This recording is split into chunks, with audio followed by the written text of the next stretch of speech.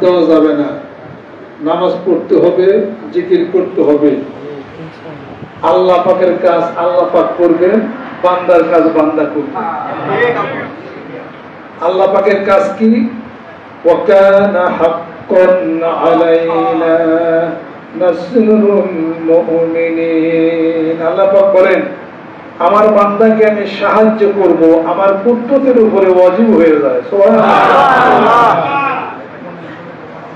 আর বান্দা কি করবে? আলাইহি তাওয়াক্কালতু, আল্লাহর উপর তাওয়াক্কুল, ভরসা, আল্লাহর দিকে মুনিব হয়ে গেলাম।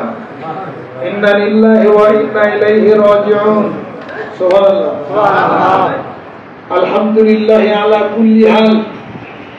যে অবস্থায় রাখছো আল্লাহ খুশি, আল্লাহ হাসান হাসি, আল্লাহ কাঁদা কাঁদি। আমাকে কাঁদাইয়া যদি আল্লাহ তুমি খুশি, তাহলে হযরত মুসা আলাইহিস সালাতু ওয়াস সালাম একটি জায়গায়, যেখানে মানুষ নাই, এমন একটি জায়গায় গোসল করছিলেন। কাপড় চোপড় ওই পাথরের উপর রেখে তিনি গোসল করতেছিলেন। অপবাদ আসছিল হযরত মুসা আলাইহিস সালাতু ওয়াস সালামের উপরে। কওমের মানুষ অপবাদ দিছিল, আরে মুসা নবী, নবী তো নবী, নবী হলো খোঁজা নবী, খোঁজা মুজাদ্দিদ। এটা তো একটা দুর্নামের কথা। খোঁজা এটা কেমনে করে গোছান যায়, রিমুভ করা যায়? এই অপবাদ থেকে তো নবীকে বাঁচাইতে হবে। গোসল শেষে পাথরের উপরে কাপড় চোপড় রাখছে, এখন কাপড় বদলাবে। আল্লাহ বলেন যে পাথর বসে থাকিস না, আমার মুসার কাপড় নিয়ে দিয়ে দেব। আর উনি কাপড় ধর্ম গেছে, পাথর চলা শুরু করছে। এরা পাথরের লাঠিতে বানিয়েও দিয়েছে, পাথর তাও হবে না। আবার ধরতে গেছে, পাথর দৌড়াইতে দৌড়াইতে পাশেই ছিল বাজার, ওখানে যে পাথর থামছে। মুসা আলাইহিস সালাতু ওয়াস সালাম কাপড় টাপড় নাই, এই অবস্থা দেখা হয়েছে। সব মানুষ দেখছে, আরে নবী খোঁজা, নবী ঠিকই আছে। এটা করার অর্থ ছিল, আল্লাহ বলে মুসা ভালোবাসি, এই জন্য আমি এই কাজ করছি। আচ্ছা, তো মুসা আলাইহিস সালাতু ওয়াস সালাম, আল্লাহ তুমি কি করলা, কত মাসের সামনে আমি একটু হইলাম। আল্লাহ বলতে মুসা আমি খুশি। মুসা বলে, আল্লাহ তুমি কিন্তু খুশি রাখো, আরো কিছু পেলে আমি মুসা খুশি।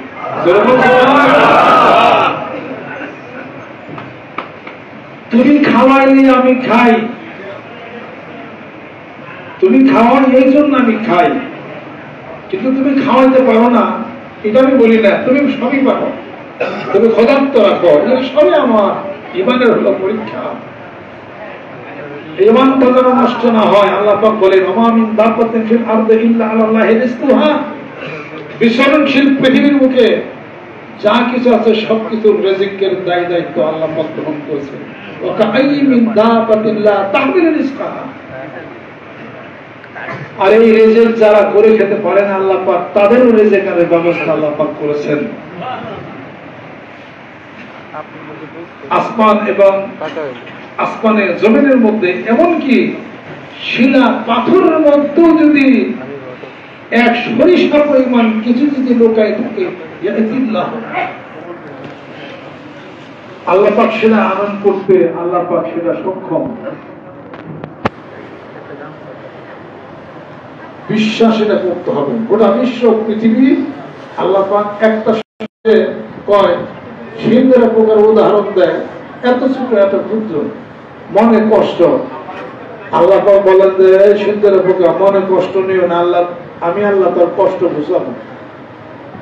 কিছুক্ষণ পরে সিংহের পোকা আল্লাহ পাকের সাথে কথাবার্তা বলতেছে, এমন সময় বলে যে আল্লাহ একটু আস্তে, আমার কানে জানি কি গেছে, গুরগুর করতেছে।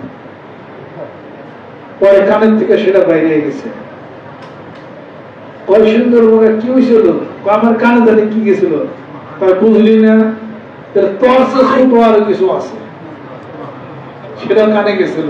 সুন্দর পোক, আমি মহান মাবুদ, আমার কুট্টতে তোর কানের মধ্যে গেছিলাম, এবার তোর মনের দুঃখ বুঝাইছে, গেছেনি গেছে। ইন্নাল্লাহা আলা কুল্লি শাইইন কাদির। এই ঈমান রাখতে হবে আল্লাহ পাক সবকিছুর উপরে কাদের। সুবহানাল্লাহ, সুবহানাল্লাহ। আল্লাহ নবী সাল্লাল্লাহু আলাইহি ওয়াসাল্লাম যা নিয়ে আসছেন তা মানো, যা নিষেধ করছেন তা থেকে নিজেকে পরহেজ করো।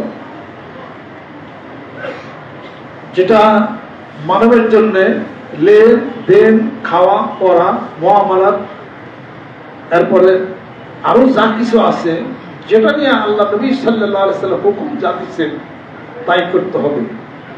আল্লাহ নবী সাল্লাল্লাহু আলাইহি ওয়াসাল্লাম পোশাকের কথা বলছেন, আল্লাহ নবী সাল্লাল্লাহু আলাইহি ওয়াসাল্লাম খাওয়ার কথা বলছেন, আল্লাহ নবী সাল্লাল্লাহু আলাইহি ওয়াসাল্লাম কথার কথা বলছেন, আল্লাহ নবী সাল্লাল্লাহু আলাইহি ওয়াসাল্লাম হাসির কথা বলছেন, আল্লাহ নবী সাল্লাল্লাহু আলাইহি ওয়াসাল্লাম পারিবারিক সুসম্পর্কের কথা বলছেন, আল্লাহ নবী সাল্লাল্লাহু আলাইহি ওয়াসাল্লাম দানের কথা বলছেন। সবকিছু নিয়ে আমার রাসূল যা আনছে মানো, যা নিষেধ করছে তার থেকে নিজেকে পরহেজ করো। আর আমি আল্লাহর কাছে যদি আসতে চাও, আমাকে যদি পাইতে চাও, ফামান কানা ইয়ারজু লিকা রাব্বিহি ফালইয়ামাল আমালান সালিহা ওয়া লা ইউশরিক বিইবাদাতি রাব্বিহি আহাদা। আমার নিকটবর্তী যদি হতে চাও তাহলে পরে নেক আমল করো, আমলে সালেহা করো, অর্থাৎ আমি আল্লাহকে ভয় করো, আমার রাসূলকে মহব্বত করো, আর আমার ইবাদত বন্দেগীর মধ্যে পৃথিবীর কাউরে তুমি কোনো শরীক করো না। আল্লাহ নবী সাল্লাল্লাহু আলাইহি সাল্লাম, আমরা হাদিস শরীফ পড়ি, হাদিস শরীফ কিন্তু মানি না, হাদিস শরীফ মানি না। হাদিস শরীফের মধ্যে আছে আল মুমিনু ইয়াকুলু মিন মিয়াইন ওয়াহিদিন ওয়াল কাফির ইয়াকুলু মিন সাবাতি আমাইন।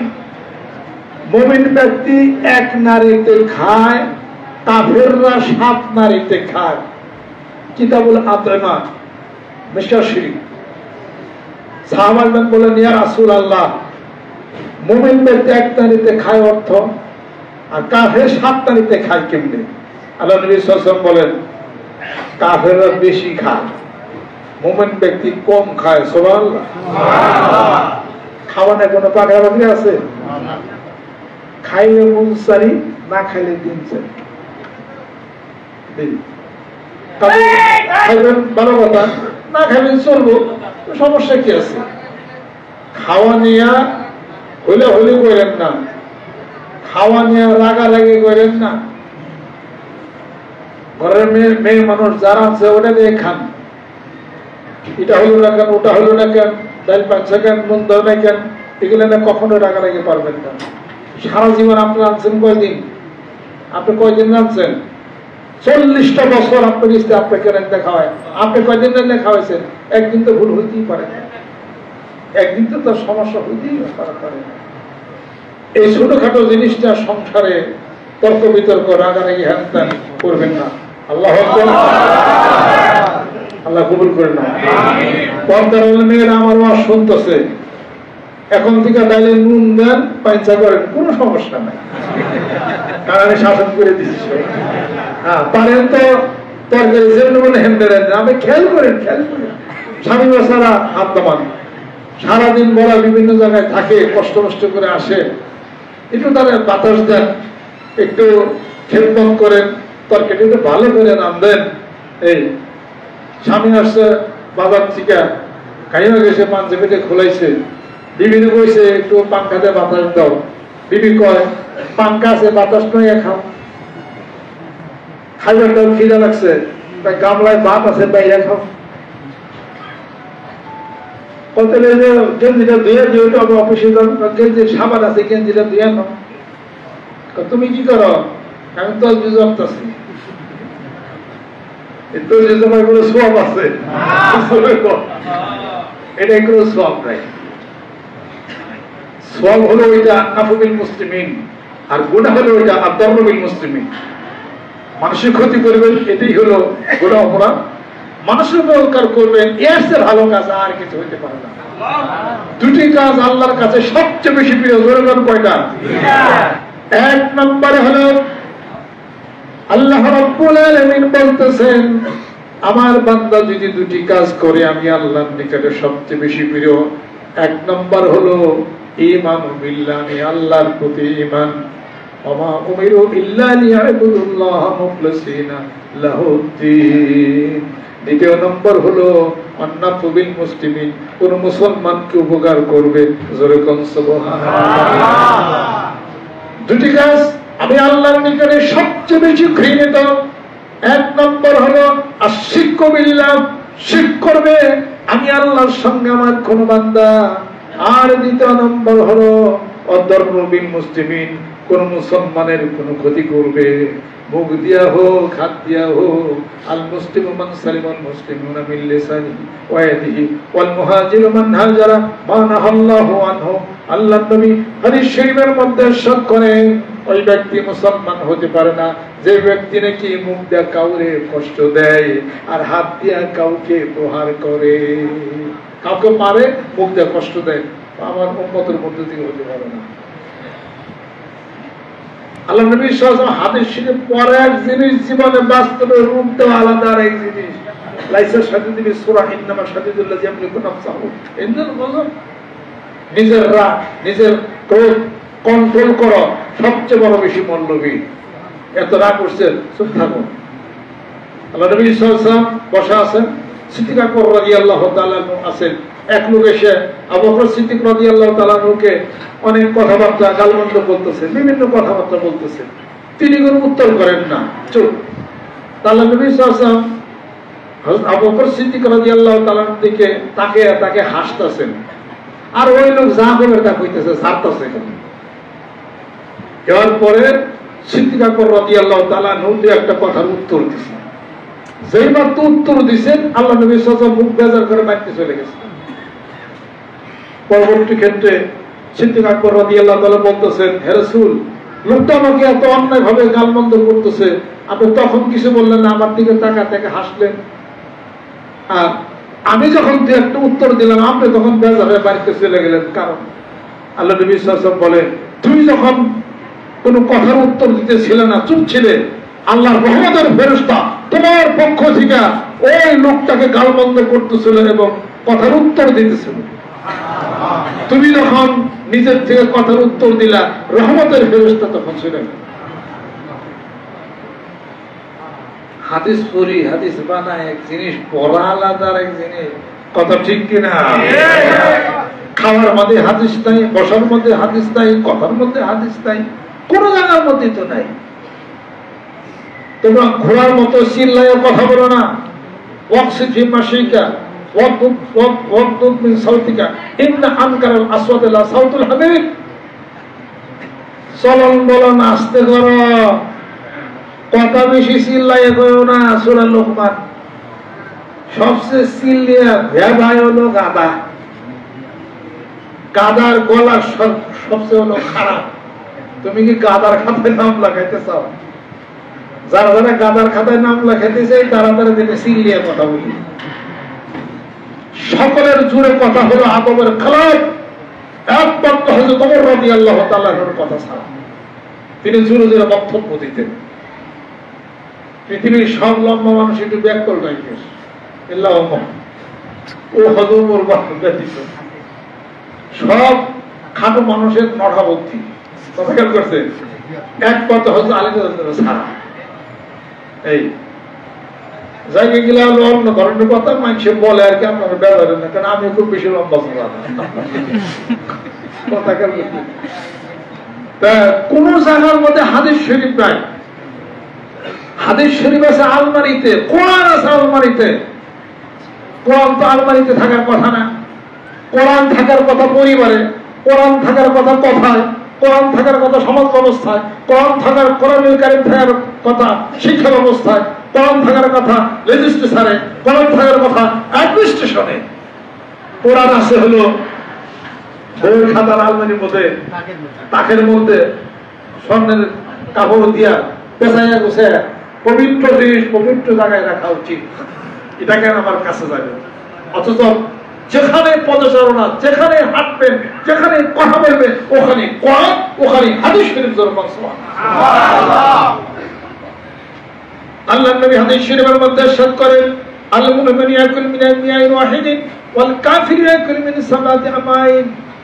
মুমিনরা এক নারীতে খাবে, অল্প আহার করবে, বিপরীতে কাফেররা 7 তারিখে খাবে, অর্থাৎ বেশি বেশি খাবে। খাবার উপরে খাইবে, সকালে খায়, আবার দুপুরে খায়, আবার নাস্তা খাইলে খাওয়ার মধ্যেই খাওয়া কমাইতে হবে। কেমনে খাই তাও তো জানি না। খাওয়া কি জানি আমরা? জোরে কর। মাই খাইছে খাবার শিখছি, বাপে খাইছে খাবার শিখছি, অমুকে নামাজ পড়া শিখছি, উঠপুর শিখছি। আসলে নামাজ পড়া কি শিখছি? নামাজে হুজুরি কালবে নামাজ পড়তে হবে। যার হুজুর কালবে স্থায়ী তেল নাই, যাই নামাজে হইলে খারা ইশারাতে নামাজ সারা, দরিদ্রতার মনের ঘোরা, আজাদের হইলে ছোঁয়া, নামাজ পড়ে মনের ঘোরা দৌড়ায়, নামাজ হয় নাই, কবুলে তো সলাৎ হয় না, ওই নামাজ আল্লাহ কবুল করবে না। ভাত খাই, খাওয়াই হয় নাই। ইসলাম বলে আপনি যখন আহার করবেন, পেটকে 3 ভাগে ভাগ করবেন। 1 ভাগ আহার, আরেক ভাগ পানি, আরেক ভাগ বাতাস খালি। সুবহানাল্লাহ। আর আপনার নিজন খাই, মৌতা খাওয়া খাই, মৌতা খাওয়া আপনার মৌতা খাওয়া চিনি না, এই এমন খাওয়া খাই পেটের মধ্যে নিক ফোটান যায়, ঢেলা ফোটান যায়। ঢেলা চেনেন না? কুকুর ফোটান যায়। খাইছি রে, 3 ঢাল ভাত খাইছি, এটা ভালো লাগলো, এই অনেক খাইছে, অনেক খান্ত নাই, খাওয়াই আপনাকে খাইছে। কথা ঠিক কিনা? ইসলাম বলে এটা, আর বিজ্ঞান বলে one should stop her meal when he will think, then he will take a little more. একটা মানুষের খাওয়া তখনই বন্ধ করা উচিত, বাদ দেওয়া উচিত, যখন সে মনে করবে he will take a little more, আরো কিছু খাইতে পারতাম, তখনই খাওয়া বন্ধ করতে হবে। অর্থাৎ হাদিস শরীফে বলে ক্ষুধা থাকতে খাওয়া বাদ দাও। সুবহানাল্লাহ। কাজে আমরা খাই বউতা খাওয়া, জম করে খাওয়া খাই। কথা খেয়াল করছেন? খাবার পেটটা সামনে আনে, বরকত নাই। দস্তরখানা নেই, বরকত হবে কেমন? দস্তরখানার মধ্যে পেট রাখতে হবে, যাহা পড়বে উঠাইয়া খাইতে হবে, এটা হলো বরকত। এরপরে খাবার প্লেটে ভাত একটা থাকবে, চামিচ দেয়া প্লেটের মধ্যে ভাত দিতে হবে, এবং এই ভাতটা ওই গামলার থেকে ভাতটা যে নিবেন, মাঝখান থেকে না, সাইডের থেকে। হাদিস সীমান্ত আছে, ওই যে পাত্রের মাঝখানে আল্লাহ বরকত দেয়। বিসমিল্লাহ ওয়া বারাকাতিল্লাহ, এটা তো কই না। নেওয়ার পরে তারপরে তরকারি ডাল যাই কিছু নেন, এক কিনারে নেন, ভাতটা একটু আঙ্গুল দিয়ে একটু টিপে একটু নরম করেন। 32টা দাঁত দিছে। খাওয়ার পরে মুখে লুকমা দেওয়ার পরে বিসমিল্লাহ রাহমাতুল্লাহ খাওয়া আরম্ভ করেন। বিসমিল্লাহ ওয়া বারাকাতিল্লাহ। খাওয়ার মাঝখানে পড়েন লাক আলহামদুলিল্লাহ শুকর। খাওয়ার শেষের দোয়া পড়েন। অন্যের বাড়িতে যদি খান দোয়া পড়েন আল্লাহুম্মা আত'ইমান আতামান ওয়াসকিমান সাকানি। অন্যের বাড়িতে দোয়া পড়েন, মাঝখানে লাক আলহামদুলিল্লাহ শুকর পড়েন। জাল্লাত কুদরাত হো দাক্কা হিকমত হো পড়েন। বিসমিল্লাহির রহমানির পড়েন। যদি না পড়েন, শয়তান ওই খাওয়া হাত দিয়ে নেয় আর ওই খাওয়ার মধ্যে বমি করে, বরকত হবে না। এরপরে খাওয়ার প্রথমে একটুখানি মুখে একটু নুন নেবেন, সামান্য একটু নুন নেবেন, একটু পানি খাবেন, গলাটা ভিজে যাবে। এরপরে 1 পাও থাকবে, আরেক পাও উঠাবেন। উঠাইলে পরে পেটের মধ্যে ডাইন পাওটা উঠে খাবেন। পেটের মধ্যে চাপ লাগে, অর্থাৎ আপনাকে কম খাবেন, কম খাওয়ার নীতি। একটু পানি খেয়ে নেবেন, তাহলে কম খাবেন। এই জন্য পাও একটা উঠিয়ে খাইতে হবে আপনাকে। এরপরে খাওয়ার পরে, যেহেতু বাঙালিরা আমরা ভিজা জাতীয় জিনিস খাই, ডাইল বাতিটা ওটা হ্যান ত্যান খাই, এই প্লেটের মধ্যে খাবার টাবার লাইগা থাকে। ওরা 4টা খাবার হুকুম, তারপরেও কিছু লাইগা থাকে। হাতের এখান দিয়ে ফসফরাস হয়। কি হয়? ফসফরাস। এটা আপনি ধুইবেন, প্লেটটা দিয়ে খাইবেন। এটা তো মানুষ দেখলে খারাপ মনে করবো। কেরা খারাপ মনে করবো? তারা তো বলে দেওয়া বন্ধ, ওই হালার প্রতি কিচ্ছু জানে না। জানে কি?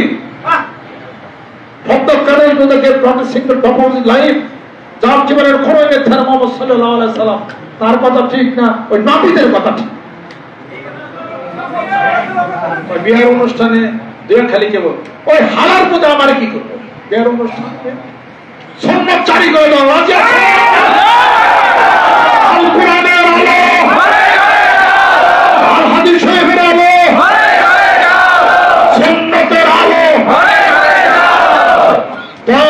নবীর শত্রুরা, ইসলামের শত্রুরা, কোরআনের শত্রুরা,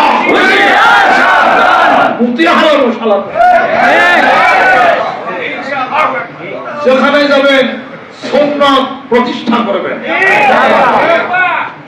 ইসাক রহমতুল্লাহ ওয়ার্ডের আমার পিতা মুসলিম লীগের ইলেকশনে খাড়াইছিল, উনি তা জান না, আব্বা তো রাজনীতি করতেন না। মুসলিম লীগের সব নেতারা এক টেবিলের মধ্যে বসে খাওয়ার জন্য, আব্বা তখন বয়াত করে দস্তরখানা রাখে, এই সব নেতারা বসে খাইছে, কেউ মাথা টুকিয়েছে, কেউ মাথা টুকি না, দস্তরখানা।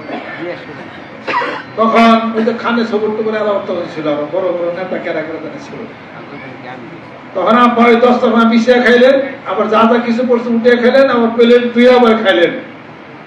অনেকে করেন যে প্রফেসর সাহেব কি করলেন, এটা কেমনি কি? আব্বা বললেন যে আপনারা মুসলিম লীগ করেন না, মুসলিম লীগ মাটির সাথে মিশা যাবে বাংলাদেশে, কারণ মুসলিম লীগ নাম দিচ্ছেন সুন্নতের খেলাফ, আপনারা কোনোদিন সাইন করতে পারবেন না, আপনাদের সুন্নত নেই, মাথায় টুপি নাই, কিসের মুসলিম লীগ করেন আপনারা? আব্বা তখন ব্যাকটেরিয়া জাইরা দিচ্ছেন।